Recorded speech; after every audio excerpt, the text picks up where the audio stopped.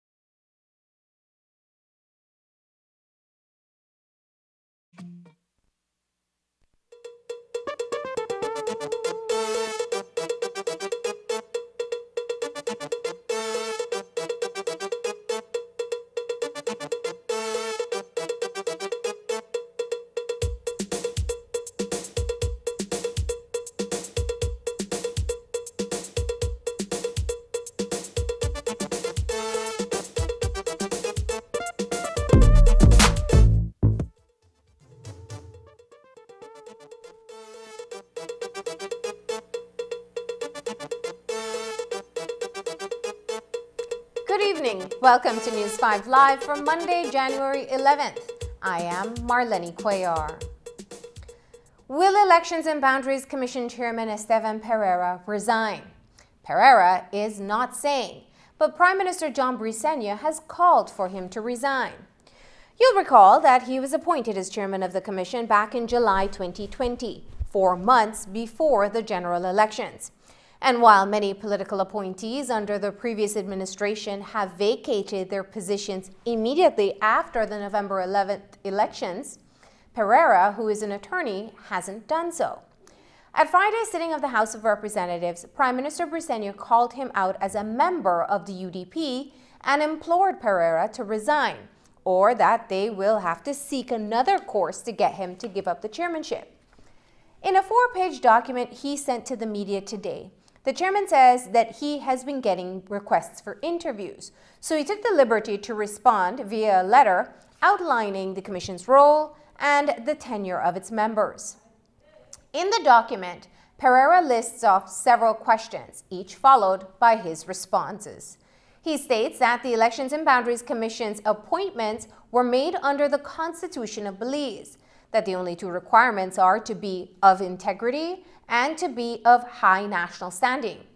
In response to the question about how the Constitution provides for the removal of the commissioners, Pereira refers to the Constitution itself, writing, quote, Section 88 of the Constitution provides that a person can only be removed if he or she becomes a member of the National Assembly, if he or she becomes a public servant, once the 5-year term ends, and for misbehavior, unquote.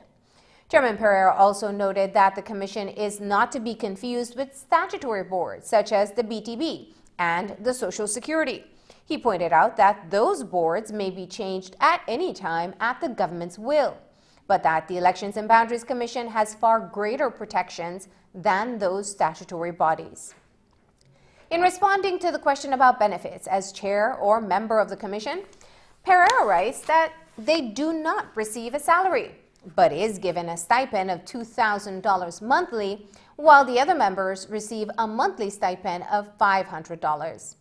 Pereira ends with a personal view that, quote, Section 88 of the Constitution does not need to be amended or rewritten, but it clearly needs to be reread by all political parties, unquote. Tonight, one more prison escapee is in police custody after he broke out from the Belize Central Prison 3 months ago. Jarud Lam was convicted for the June 2013 murder that happened during a robbery at La Chosa Bar in Las Flores, Belmopan. Lam was among the 28 prisoners who broke out of the prison and was one of 3 remaining on the run until he was recaptured. Today, police shared details of the recapture where Lam was shot in his foot. But his family is alleging that police was unjustified in their shooting and treatment of the escapee. Here's that story. 33-year-old Jarud Lam was on the run for almost 3 months since he broke out of the Belize Central Prison last year. Lam was able to avoid police detection since October 12th. That is until he was recaptured around 10:30 on Saturday morning in Ontario Village. Assistant Commissioner of Police Joseph Mivitz says that police have been carrying out a number of operations in Ontario because they were tipped off that Lam was hiding out there. And on Saturday, they were acting on information when they carried out the search that led to Lam's recapture. They were conducting searches in a bushy area off the highway in Ontario Village, where they observed escaped prisoner Jarud Lam hiding in some bushes. As a result, police shouted at him, and he then attempted to make good his escape, where one single shot was fired towards his direction, which caught him in his left calf. As a result, he was then captured and transported to the Western Regional Hospital, and then later to the Karl Hushna Memorial Hospital, where he remains under police guard. But tonight, Lam's family is alleging that his shooting was unjustified.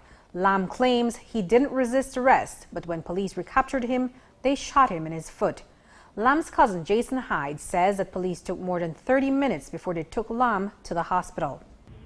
There was no Jarud Lam or Arthur at the hospital, so I said, well, where is he? I mean, this is like 45 minutes after they said that the police had captured him. So I went to the police station directly. When I got there, Jarud was in the pickup box sitting down. The police, they were doing their own thing.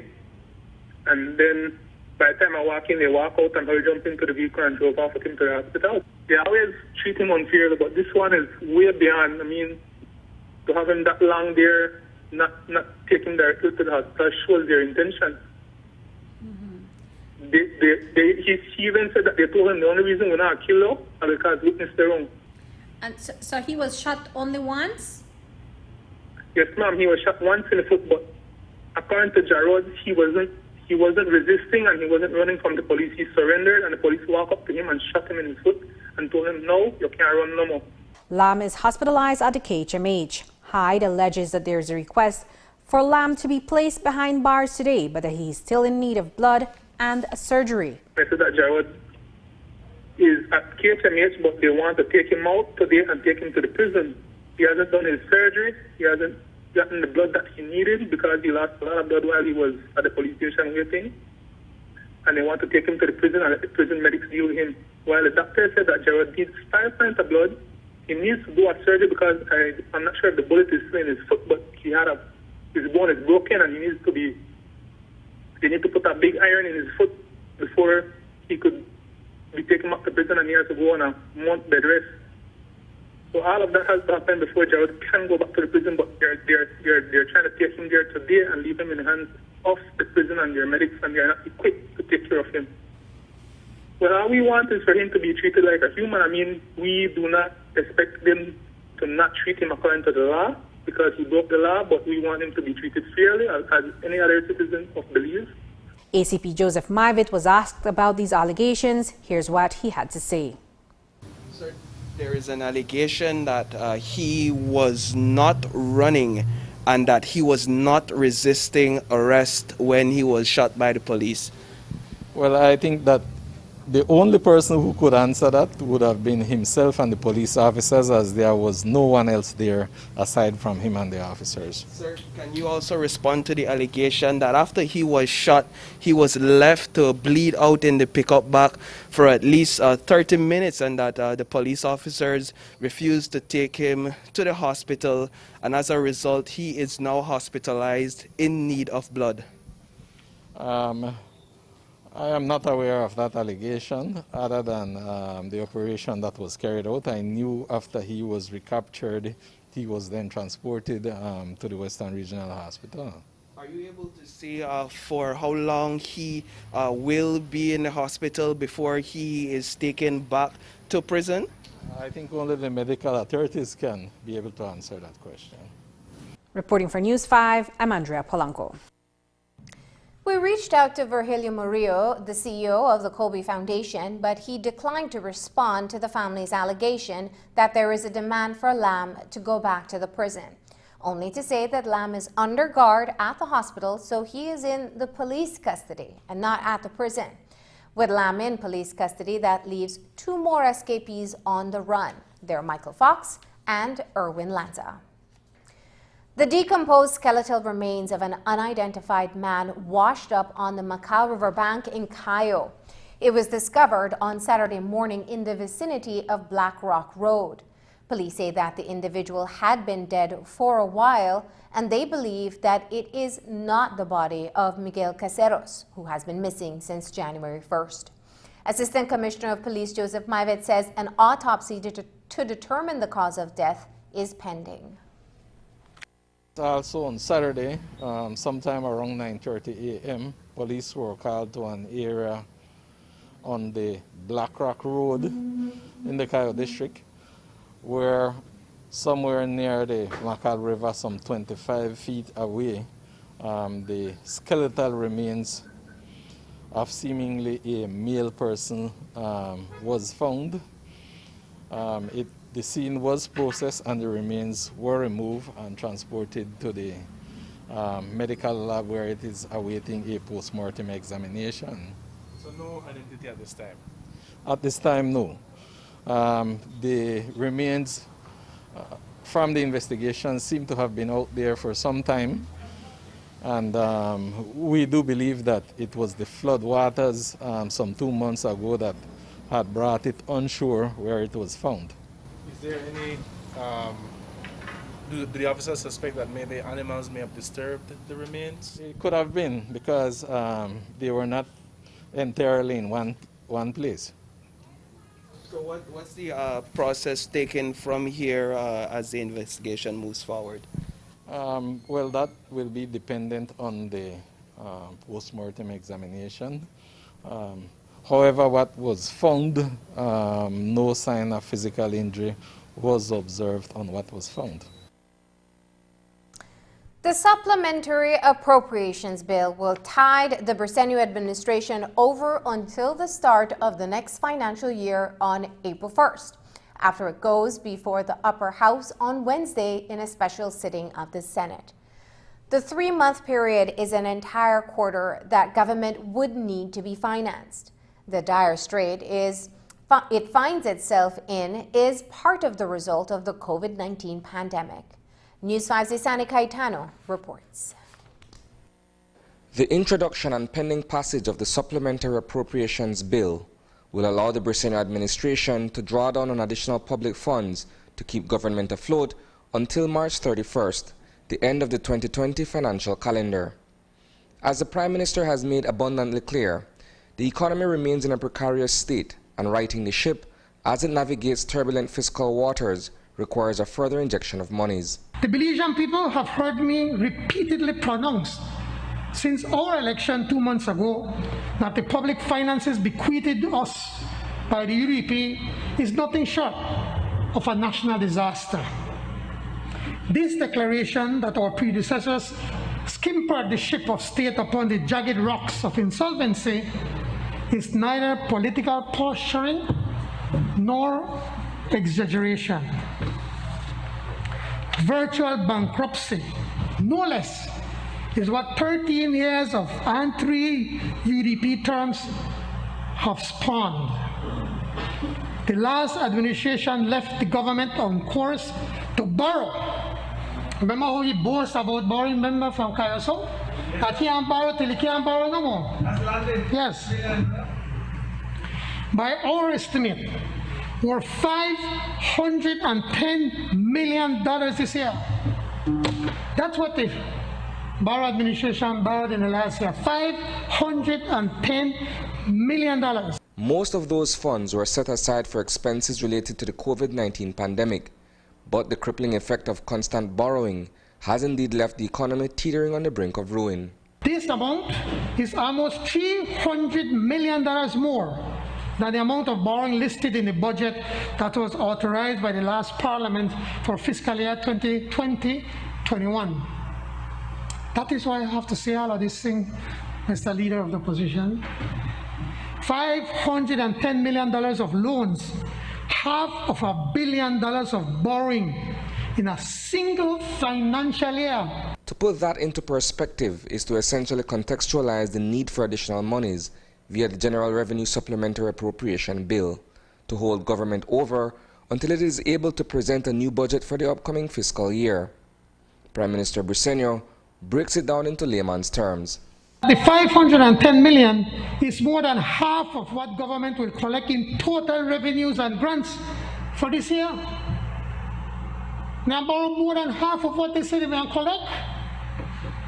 In other words, this is the equivalent of a Belizean family earning $500 a week. Well, they don't have many Belizean families that earn $500 a week. But we could use $500 per week. But still have to borrow $250 more on Friday to make ends meet. How can that level of borrowing be repaid? Of equal concern is how the additional expenditure will be covered, since it also only adds to the growing debt that the country is incurring. Reporting for News 5, I am Isani Cayetano. During its first sitting of the House of Representatives for 2021 on Friday, the new PUP administration tabled its Good Governance in Belize motion. The motion is a model of the PUP's Plan Belize manifesto presented to the electorate before the elections. In the motion, members of the Briceño administration pledged to uphold 10 covenants, which include to, above all, remain faithful to the PUP's motto, serve the people, and not to use their offices for personal gains.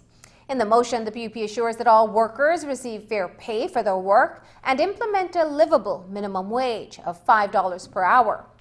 While the government side welcomed the motion, the opposition did not. They argued that the motion is just that, a motion, and not legislation that would hold anyone accountable.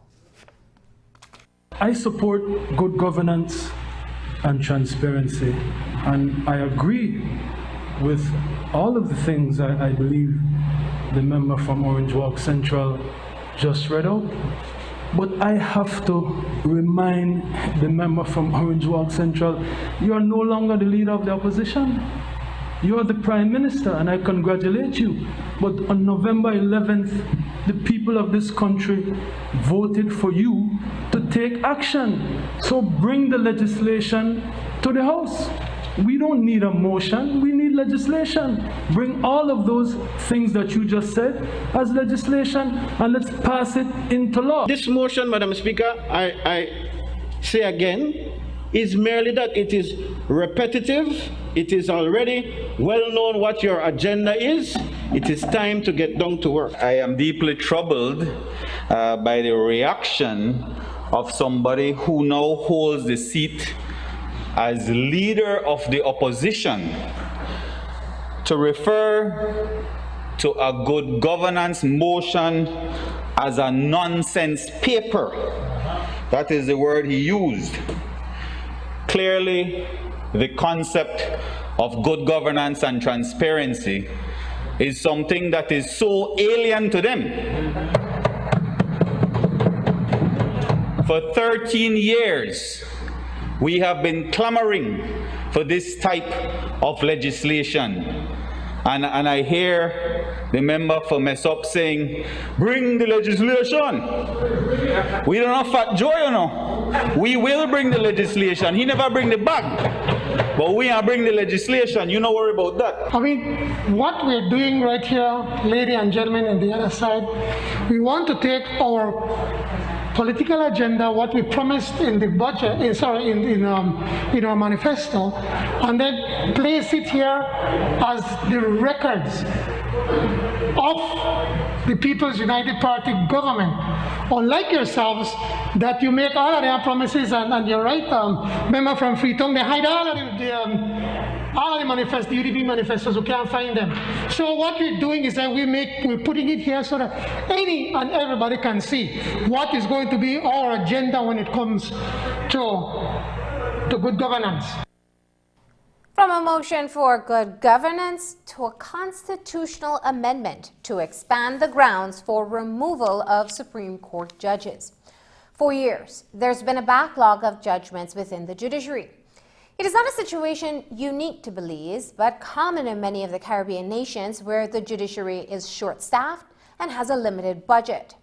Under the current laws, Supreme Court justices and justices of the appeal are not given a timeline when they need to hand down written judgments.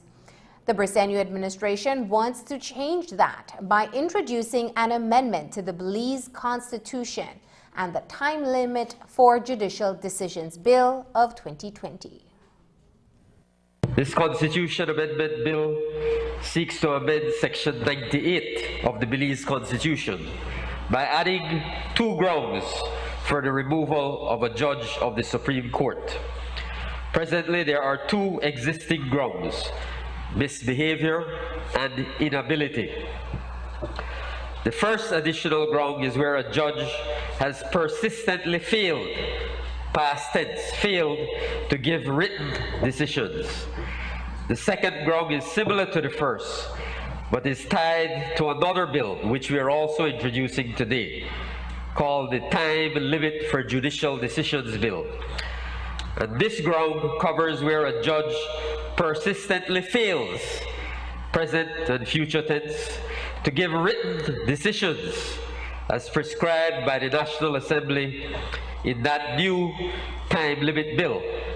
I will discuss the details of that when I introduce that bill. Section 102 of the Constitution is also being amended to incorporate the same grounds to address justices of appeal, of the Court of Appeal. The delay in the delivery of judgments has become a perennial problem in the administration of justice in Belize, which has significantly impacted litigants and has weakened confidence of the public in the judiciary. Specifically, the bill prescribes the time limit for delivery of judgments to 120 days from the conclusion of a trial or the hearing of an appeal. The bill establishes a mechanism for a judge to apply to the Judicial and Legal Services Commission for an extension of time to deliver judgments where he or she has good reason and where the reasons are limited to those enumerated in the bill. And while PM Briceño and his government table bills to alleviate the financial constraints, he has the hefty super bond payments hovering above his head. Early in the pandemic, then Prime Minister Dean Barrow decided that it would be better to ask bondholders for a deferral on the bond payment. Bondholders agreed to defer the payment of the interest. When he was leader of the opposition, John Brisenia said that the Barrow administration was simply kicking the can down the road. So what's his solution now as leader of the nation? Brisenia says that the super bond must be renegotiated and the discussion must include a cut.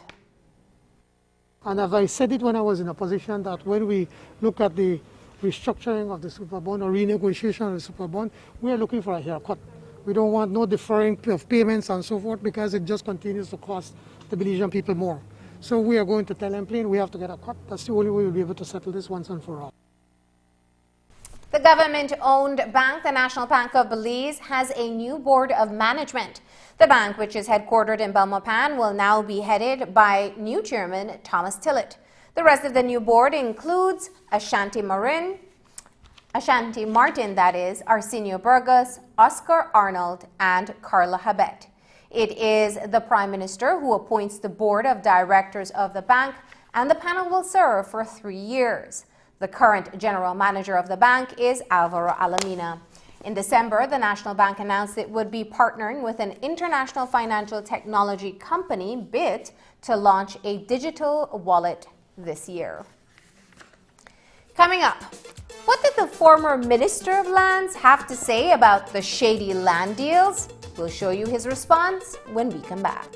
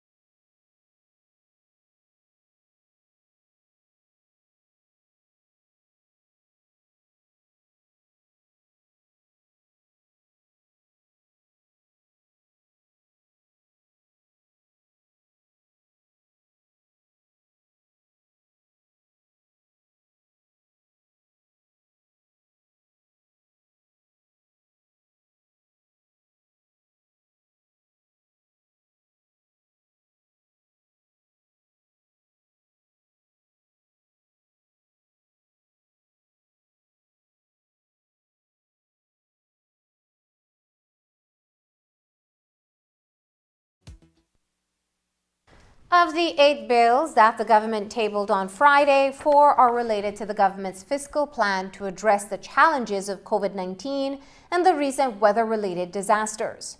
One of those bills is the Central Bank of Belize Amendment Bill of 2021. Through this amendment, the Central Bank of Belize can provide for emergency programs and facilities in unusual and exigent economic and financial or systematic circumstances. According to Prime Minister Briceño, this bill will assist the government in jump-starting the economy. Madam Speaker, just as a way of explanation as to what we're trying to do, the backdrop against this bill is that we're presenting to it today is basically has to do with the miserable state of the government's finances and the economy. In times of economic recessions, government usually what they do is start to spend money to try to stir up the economy, and then government undertakes massive spending. And this would have been the strategy if we have money, but unfortunately, as it stands right now, the UDP government has had no contingency fund in place, and their debt was already at unsustainable levels. What we're trying to do here is to do this amendment for Central Bank to be able to jumpstart the economy, and in particular enabling a cheaper source of finance to those that generate foreign exchange. So this bill, what we're doing is simply to be able to empower the Central Bank to be able to provide for emergency programs and facilities in unusual and exigent economic, financial, or systemic circumstances. Through the Finance and Audit Reform Amendment Bill of 2021, Briceño's government also proposes the establishing of a contingency fund to be used for urgent and unforeseen expenditure for which no other provision exists. It is the first time in history that a contingencies fund is being created. The Constitution recognizes a contingency fund, and no government has ever enacted the contingency fund. And we've seen successive governments having emergencies, and they spend the money because in most instances they need the money and they have to spend it. And then sometimes don't even come back to the house later, or they come back years later to be able to get the approval to spending that money. So what in effect we're doing is, for the first time in the history of Belize, we want to establish a contingencies fund so that if during the course of the year there is an emergency, you will have access to this money to spend and then come back and report to the National Assembly. Madam Speaker, this bill has the recommendation of the Cabinet.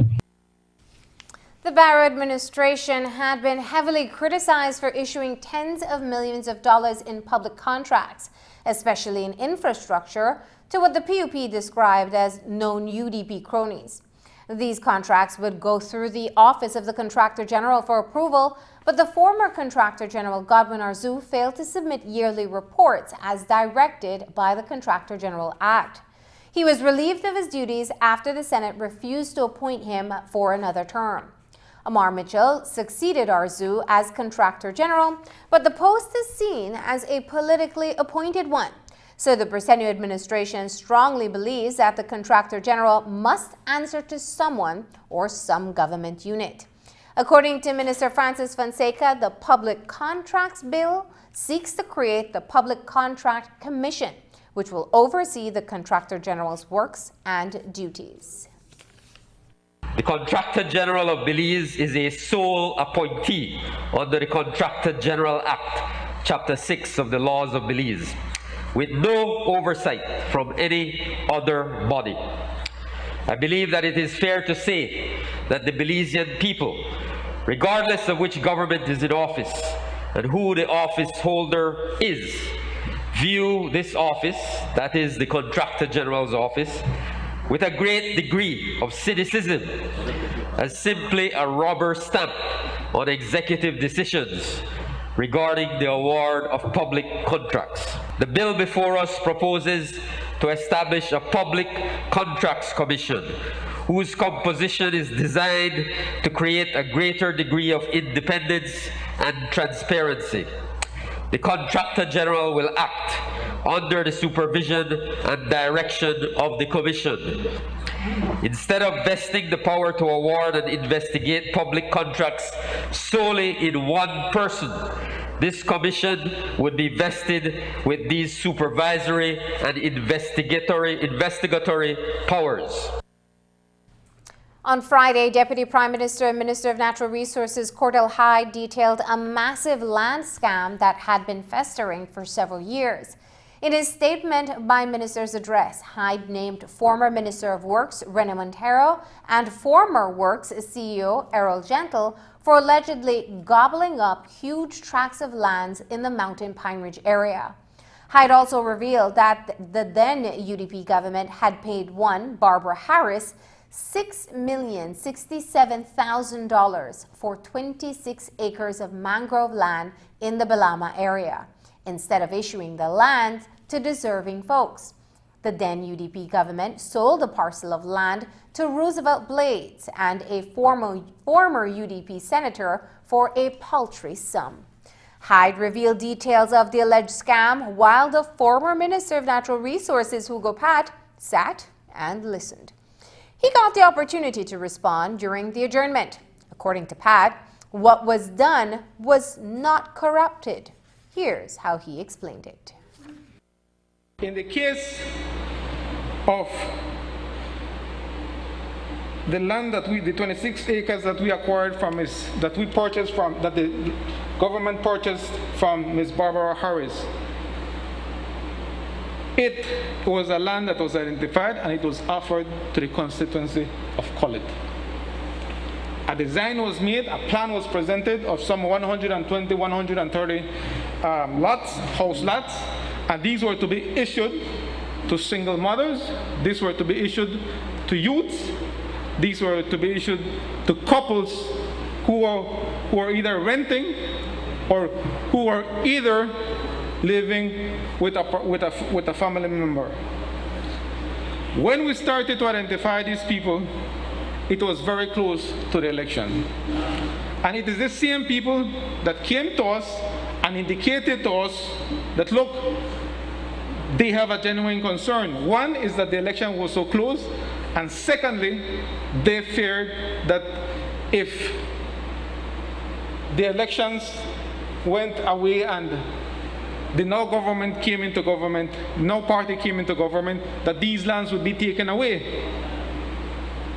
So it was on the basis of that and realizing that it would take some time, a couple of days for us to be able to process the 120, 130 applications, that a majority of these people came to us and told us, look, we don't know that we will be able to pay these lands within the time that is left.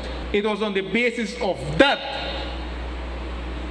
actually the decision, an idea was explored as to how it is that we can put these lands in trust for the people of Collet. It was never meant, remember, for us to get $6 million from Belizean taxpayers' money and actually benefit somebody. It was never meant for us to take that $6 million and actually give the value of $6 million to somebody, to Mr. Blades, for $26,000, and it is not $26,000. As far as I could recall, it would have been $58,000. And I want to bring it clear, Madam Speaker, because the way in which the narrative was presented, it was presented in such a way that it seemed that everything that we did was a scheme, that it was corrupt. And that was never the case. Deputy Prime Minister Cordell Hyde wasn't buying Pat's explanation and made it clear after his address. The DPM told Pat that the UDP government gave away millions of dollars to a single individual during economic hardships. He told Pat that the best thing they could have done is to leave the distribution of the parcels of land to the party that won the elections. You are talking about lands that the government of Belize paid for in the Freetown constituency that you were trying to hold in trust for the Collet residents. Something wrong with that, you don't see that? And because elections were coming and you couldn't issue those as you would like, you decided to put it in the hands of a crony for a pittance. That's $6 million with the pay for the land, you know.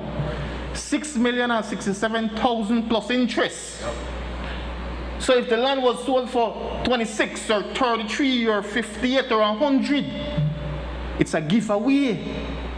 And there's no guarantee that once the election passes and this man has possession of this land, that he will do what you intend for him to do. So the best thing would have been to leave that alone. Let the masses decide what they want to do. And the masses of the people chose us. And so now we have a responsibility to correct that. That's why I said, make the man coffee money and behave himself. And we'll make sure that single mothers and first-time landowners get the land. That is our responsibility. That's our mandate.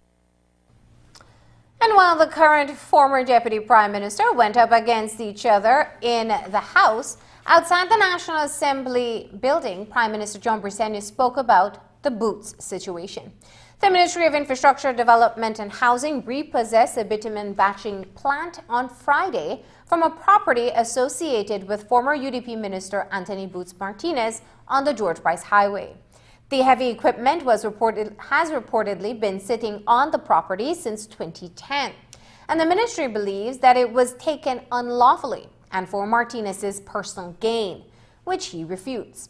The ministry has written to the Commissioner of Police, Chester Williams, to investigate all possibilities of wrongdoing. The People's United Party has been quietly collecting evidence against Martinez, and according to PM Briceño, that evidence will be handed to the police for an investigation to take place. In all of these matters, the only way, as I just said in the National Assembly, the only way we can stop this kind of pilfering or stealing, you just pick whatever word you want to take. The only way we're going to stop this kind of behavior is by taking criminal action. But it's not for us to decide. What we've been doing quietly is getting the evidence. Once we have the evidence, then we're going to pass it on for the police and to the DPP. They are the ones that decide whether you have enough evidence to charge. It's not us, the political electorate, the directorate. We're not going to do like what Dean Barrow did. When he knew that Said Musa and Ralph Fonseca did not steal the $20 million. He knew that because that money went to pay a debt for the government. It's not personal. Yet he went ahead and to arrest them just for show. We are not going to do that. We are going to do our investigations quietly. And once we have the evidence, we're going to pass it on for the police and the DPP and for them to decide whether we have enough evidence or not. A criminal investigation is underway at the Carzal Polyclinic, where an employee is accused of embezzling almost $65,000 over a 17-month period. Adan Orozco, an assistant administrator at the healthcare facility, was reportedly double-dipping when he paid himself twice the sum of his monthly salary. If he thought that no one would discover the scheme, he may have gotten a little too comfortable. Last Wednesday, Minister of Health and Wellness Michelle Shabat sent Commissioner of Police Chester Williams a formal complaint in which an investigation into the misappropriation of funds was being requested. Orozco was subsequently taken into police custody, and the Financial Intelligence Unit was also brought in to commence its own investigation into the swindle. I had also received on the Wednesday of this week a complaint from the Minister of Health, the Honorable Michelle Shabat, in respect to some misappropriation of funds at the Carzal Polyclinic. Along with the letter of complaint, there were a number of accounting documents which shows that an employee who happened to have been the assistant administrator of the Carzal Polyclinic, one Adan Orozco, was practically paying himself two salaries from May of 2019 up to October of 2020. And so I had since assigned that investigation to a senior investigator who is in Corozal town at this time, following up on that investigation. The amount of money paid to himself over the period of time amounted to just over $65,000. Mr. Orozco is currently in police custody, and we're expecting to file charges against him hopefully by the end of the day today or tomorrow morning. The charge will be what exactly? It is going to be theft, and we also have FIU in the picture. And FIU will be looking to see whether or not we can also proceed with money laundering charges. And again, if it is that money laundering is basically obtaining money through some criminal means. And so if he obtained the money by theft or try to wash the money in other ways, then that would also fall within the scope of money laundering. After the break, her hospital release was a Christmas miracle. We'll show you Ingrid Vega today. And another frontline worker falls victim to COVID-19. We made it to the end of 2020.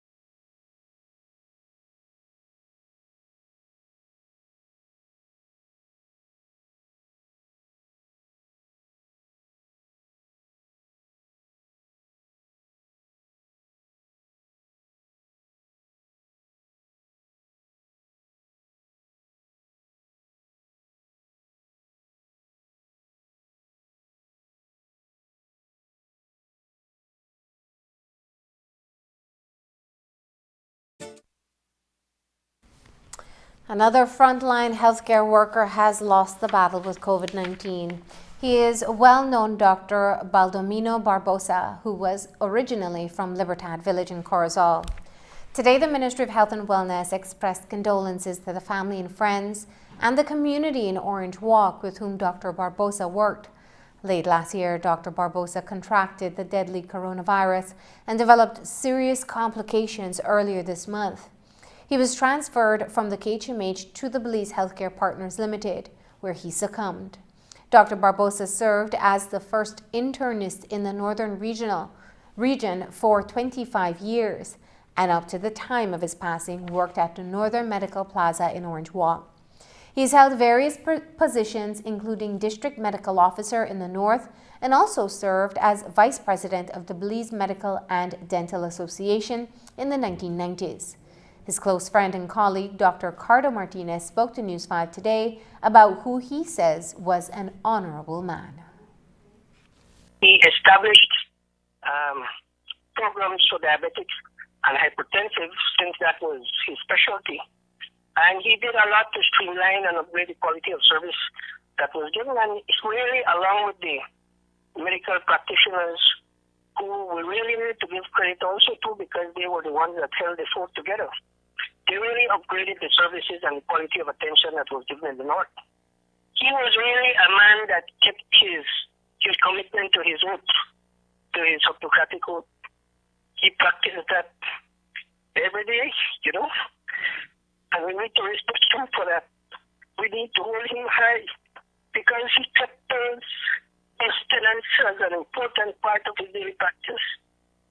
And he was a Renaissance man in his own time, you know. I had the privilege of being his friend, and I'm proud to have been his friend, you know. On December 24th, we showed you the touching video of Ingrid Vega, wife of late David Dido Vega, as she left the Belize Healthcare Partners Limited following her battle with COVID-19. Ingrid Vega was hospitalized for 13 days, half of which she spent on a ventilator.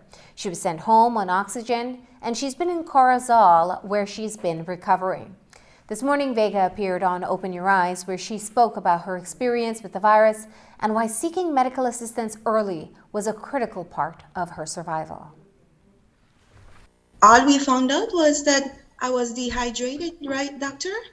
And I went back home and I with some meds, and all of a sudden, like overnight, this virus just took over my lungs. You know, it was a quick thing. Somehow my sister has been my little angel too, and she moved so quickly and made me do another test the following day. So I think that helped me a lot. And that's when we found out that the virus was taking over. At the beginning, I was feeling okay, you know, until I started feeling, I had chills. I started getting chills. And then eventually I started feeling dizzy, until one day I actually fainted in front of my girls, and that got them so, I mean, they were frightened, you know, in front of my dad and my girls, because my dad was helping me taking care of my girls. And that was when, you know, I said, well, I need to go see someone else. And it was through my sister that got me Dr. Hidalgo and Dr. Pat and Dr. Tanya to help me, you know. And so I do want to stress that it is very important for us that as soon as we get symptoms to seek medical help. I was transferred, and I was there, I believed, on the 10th of December. And the following day, that was when my husband passed away, on the 11th. Every day, I seem to be improving little by little. I am on oxygen right now because I didn't want to take the chance, you know, of having to be worrying of checking my oxygen level. And I know I was going to be on an interview today. And whenever I talk a lot or whenever I move a lot, I still get tired. I get tired. But I've been working with Dr. Rocio with my therapy. She gives me therapy, and I need to do my therapy every day. I am walking. I am doing stuff on my own. I mean, I remember the first day I couldn't even brush my teeth or comb my hair or eat. You know, I had to depend on people doing all that for me. And today I can say that I am doing all of that by myself. And I still need to be on the oxygen, yes, minimal. Ingrid Vega was intubated on December 12th, one day after her husband, newly elected representative of Corozal Bay, David Dido Vega, died. 47-year-old Dido was intubated about a week before he died from COVID-19 complications. It was a tough time for the Vega family, and one that Ingrid has still not come to terms with. Ingrid says that she saw her husband shortly after being hospitalized, but she was intubated when he was buried, and so she didn't get to say her last goodbyes or properly mourn him. Ingrid shared more about how she is coping with the tragedy. I ask myself, what happened? You know, sometimes I question why. I don't question God. You know, somehow I've built so much faith, you know, that I don't have the opportunity to question God of why he took away my husband. You know, I believe he has a plan for everyone. And my plan was to come back. I remember though, asking him before I went intubated, I remember asking him to please give me another chance to come back to my girls. Going back to the elections, to what happened, it was a big hit. I mean, I wasn't even present at my husband's funeral, you know. My daughter would be the one telling me, you know, what happened at the funeral. And as is, I'm not even in Facebook. I don't even go in Facebook right now because I'm not ready. I am not ready to see the funeral, to see the post of him, because I am still dedicated on recovering. Yeah. I know that grieving would delay my recovery. I remember going to see my husband and telling him, you know, that I can't grieve him right now because I need to get back to my girls. I shed a couple tears, but I went back in and I'm ready, you know. So I told him that I can't grieve him. So I haven't grieved him yet because I'm still in recovery. It's going to be a while because it's a day to day. Slowly, we're getting there. And while Ingrid Vega slowly recovers, politically speaking, the People's United Party has to be quick and decisive to retain control of the Corozal Bay division. David Dido Vega was the PUP's gentle giant in the division, flipping the constituency and defeating the UDP's Pablo Moren. Vega must be replaced with a formidable successor for the government to win that seat once more. It is unsure whether or not Elvia Vega will be challenged, especially since she has the backing of the PUP's Corozal Bay Committee. Elvia is the sister of Dido and was on the campaign trail with him. According to Prime Minister Briceño, with municipal elections fast approaching, it is expected that the by-election will be held simultaneously.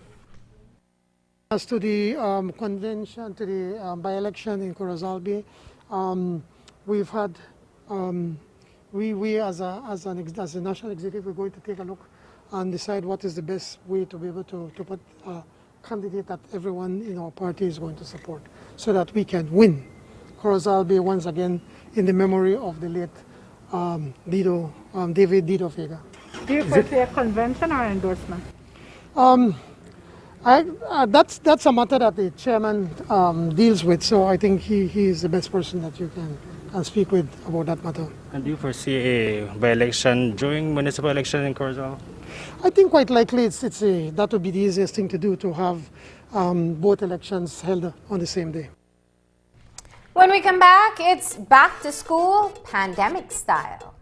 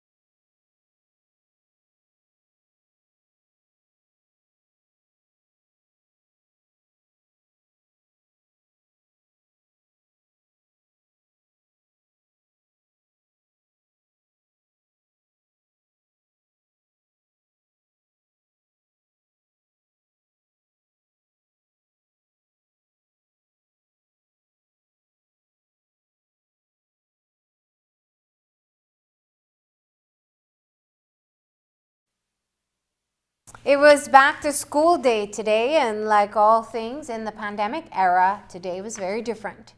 Secondary and tertiary schools resumed virtual classes, while primary schools disseminated their first batch of learning packages.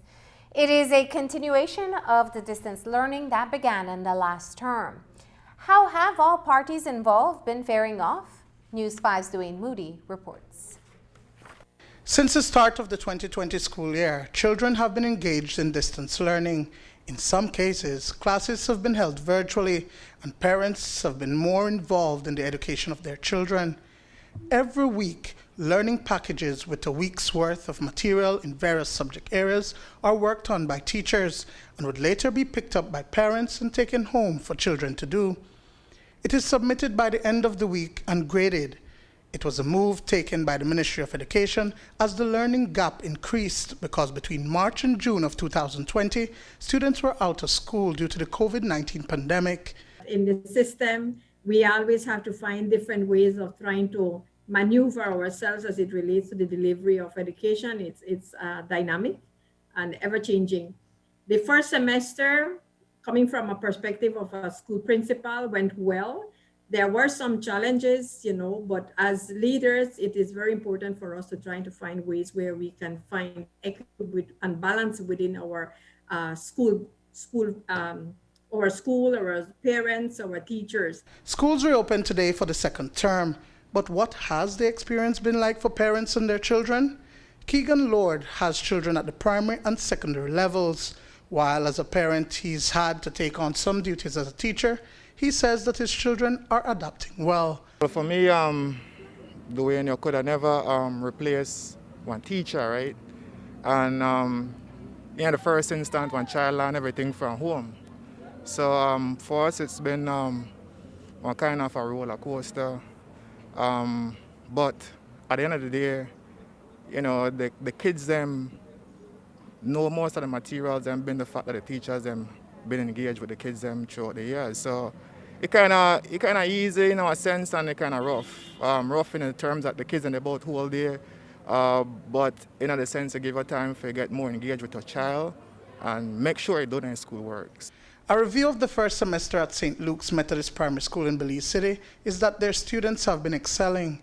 Principal Pamela Bowden does admit that they have not been able to reach some students for various reasons beyond their control. I would say maybe about 70 to 80% of what we did has been successful in terms of children coming in, working the packages, getting their work correct, because the teachers have checked also and they have given them reports during those months. Even though it is a new game for all of us, but the teachers have worked very hard and we have made sure that our packages are ready and that parents come in to pick up and to drop off work for the children, and so it has been working to a certain extent. One of the mediums that has been working for us is the WhatsApp chat. And through that medium, the teachers have been able to communicate, to work with their parents, work with their children, to assist them, to motivate them, to just interact with them. There are concerns about the lack of increased interactions between teachers and students, not to mention psychosocial support for the youth and social skills development.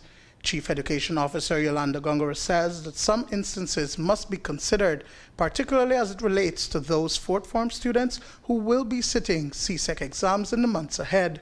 Particular for fourth form, yes, there might be a need if you are taking the science subjects or the technical vocational subjects for the delivery in order for the student to be able to carry out the experiment or the project that they're working on.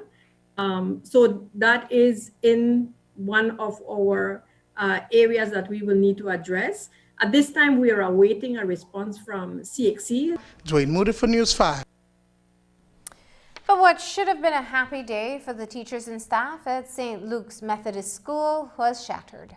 When they arrived at school this morning, they discovered a break-in and many valuables stolen, including laptops, instruments, and a sound system. News 5's Dwayne Moody reports. A new term for the 2020 school year of distance learning began today. While most teachers were ready to get back into the process of engaging their students virtually, a counterproductive discovery was made at St. Luke's Methodist School this morning. Burglars broke into the school over the weekend and stole costly school equipment. We've lost quite a lot of electronic equipment. Something like maybe almost a dozen laptops from our lab that we were just trying to make it functional for our students when they return to school. From my office, I noticed that I lost music equipment, big speakers that we fundraised and purchased a while ago. I lost DVD, VCR, overhead projectors, a lot of other supplies that we had in the office. Any money or stolen? I can say that probably no money, maybe just for maybe a few change in pennies, because we don't leave money in the office. The thieves gained access to the building through the veranda's ceiling on the second floor. While inside the roof, they stomped through the ceiling to several classrooms, the computer lab, and the principal and counselor's offices. They gained entrance through the ceiling from the veranda. They broke into my office through the ceiling. They loosed down the locks, and so they could have exited, no? But not after breaking into 3 classrooms and our computer lab. It's a similar one that happened some years ago.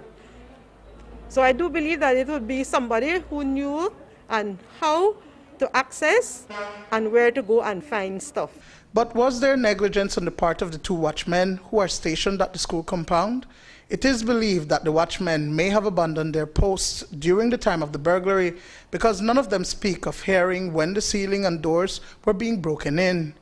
Principal Pamela Bowden says one of the guards noticed suspicious activity over the weekend, but never checked to see if anything was wrong. It was supposed to have security because we have 2 watchmen who work here at the school, and they work the whole night. They work 2 shifts, and they were supposed to be on duty. According to them, it was like maybe from Saturday morning, the first report that one of them gave, it was like from Saturday morning he noticed that one of the gates was open, but he didn't report nor he did not come to check. And so it wasn't until this morning that one of them came upstairs to open the area, seeing that we would be here today. And that is when he discovered that my office door was open and that we indeed had a burglary. Some negligence. Because the thieves, and I said thieves because I do believe that the amount of equipment they took from here is not one person. It's more than a person. In fact, I do believe they probably had some getaway vehicle because you won't be able to back all of those things. Residents are asked to refrain from purchasing the stolen items, but to instead report them to the nearest police station. Dwayne Moody for News 5. A pair of stolen vehicles, one found with a stash of marijuana and 2 high-powered assault rifles, remains in police custody in Belmopan after being recovered from the Corozal district on Friday evening. One of the vehicles was reported stolen in Mexico. It is not clear whether the car's illegal contents were stolen along with it or used to transfer the drugs and weapons. ACP Joseph Maivet tells us more. On Friday last, sometime around 4:30 p.m., police officers, with the assistance of a locksmith, conducted a search on a green-color Volkswagen Jetta car that is in police custody at the National Police Training Academy. This car was found several weeks ago in a bushy area of a feeder road in the Corozal district, where when checks were made through Interpol, it revealed that this vehicle was stolen in Mexico. This, along with another vehicle, was then transported to the police training academy where they were kept pending the outcome of that investigation. And then on Friday, with the assistance of the locksmith, the vehicle was opened where it revealed a blue bag containing 2 AK-47 rifles and a package of marijuana weighing some 970 grams. Those items were retrieved and deposited as found property, as there was no indication that this vehicle had any owner in Belize, as it had absolutely no documentation to indicate that it was owned by anyone in Belize. Sir, the origin of the vehicle, is it believed that it was stolen to be used in some sort of illicit trade? At this point in time, no, we do not know that. However, where it was hidden, we do believe that an attempt would either have been made to get some documentation and get that vehicle legalized in our country, or it could have been that it was stolen in order for, and then it would have been dismantled for parts. Coming up after the break, your first introduction to the new Miss Universe Belize. In these challenging times, the one thing that is certain is that the Belize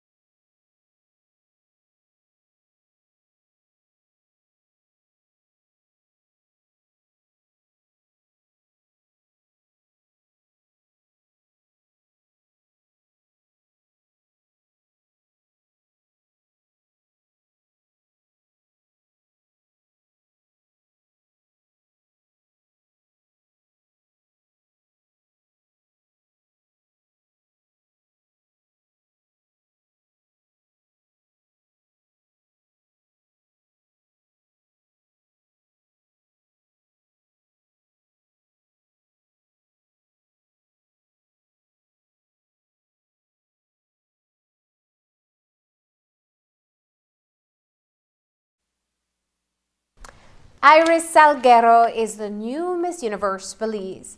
The latest beauty ambassador was chosen via a virtual casting call that included several rounds of interviews with a local and international panel of judges. The crowning took place live on Channel 5, and News 5's Dwayne Moody files this report. Miss Universe Belize 2020 is 24-year-old San Pedrana Iris Salguero. The announcement was made during a virtual broadcast from the Biltmore Plaza over the weekend. It was an overwhelming experience because even though she was chosen in early December, it had to be kept a secret until the official announcement was made. My mind is racing. As I was telling you, no one back home knows. This was a secret that was very difficult to keep. A month in the process, not even my parents know. And I'm just excited to see the response of the people. And I ask my fellow Belizeans for their love and for their support because I said in my speech, it makes a difference. The selection process was different this time around. Due to the COVID-19 pandemic, a casting call for which 15 persons applied was held. And after several rounds of interviews, Salguero was selected to take over from 2019's Destiny Arnold. Romeo Escobar is director of the Miss Universe Belize organization. It was a lengthy process that started in November 1st when we had a virtual casting call. We had 15 young ladies apply.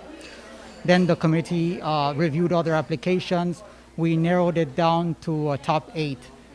Those top 8 went on to interview with the Miss Universe Belize organization and the reigning queen, Miss Destiny Arnold. After that, we narrowed it down to a top 4. Those lucky top 4 young ladies went on to an interview with an international panel of judges. My experience has helped me to grow into my confidence, into my empowerment. I was a child that was bullied in school. So that made me very insecure, and I was a tomboy because of it. I used to hide my body because I was bullied for being thin and tall. And 2015 was a year of a lot of lessons for me, a lot of wins and a lot of losses. But it made me just fall in love with all those little imperfections that society tends to label.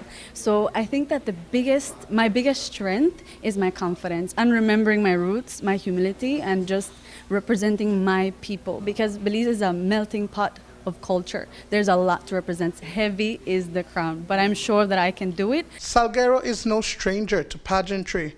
She has represented the jewel in several international pageants, including Miss World back in 2016 and Miss Earth in 2017. So with a date for the international pageant still outstanding but rumored to be held sometime in late April or early May, Salguero and her team have already hit the ground running. Even though I have experience, there's always room for improvement. That goes down to my training, to my walk, perfecting it with my trainer, Rafael Pimentel. I'm grateful for him. He's really, really experienced, and you know, it's a lot of work, but I'm willing to put that effort. And of course, with my speech coach, we're just fine-tuning my little answers to my contract, to my bio for Miss Universe, but we are training very hard. And it requires sometimes some very late nights and some early mornings, but you know, when it's something you want from the bottom of your heart, it's not just about the glitz and glamour, it's about the higher purpose and platform that I want to achieve with Miss Universe. Dwayne Moody for News 5. It looks like an invasion. Videos posted online show entire walls and ceilings blanketed by the pesky bugs. Some residents are concerned as they think the bugs are mosquitoes and put them at risk for dengue or other vector-borne illnesses. We reached out to the Ministry of Health today, who said they are aware of the situation. They clarified that the pests are not mosquitoes. They're an insect that resemble mosquitoes called midges. While they are a nuisance, they do not bite and do not carry diseases.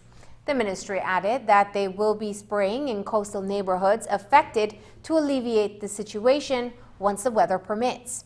If you've been affected by the midge invasion, you can call 223-1213 to contact the Environmental Health Office in Belize City. And that's the news. Tonight's broadcast is available in both text and streaming video at channel5belize.com. You can also connect with us on our Facebook page at facebook.com/News5Live. I'm Marlene Cuellar. Thanks for joining us. And from all of us here at News 5, please remember to wash your hands, keep your social distance, and stay safe. Good night.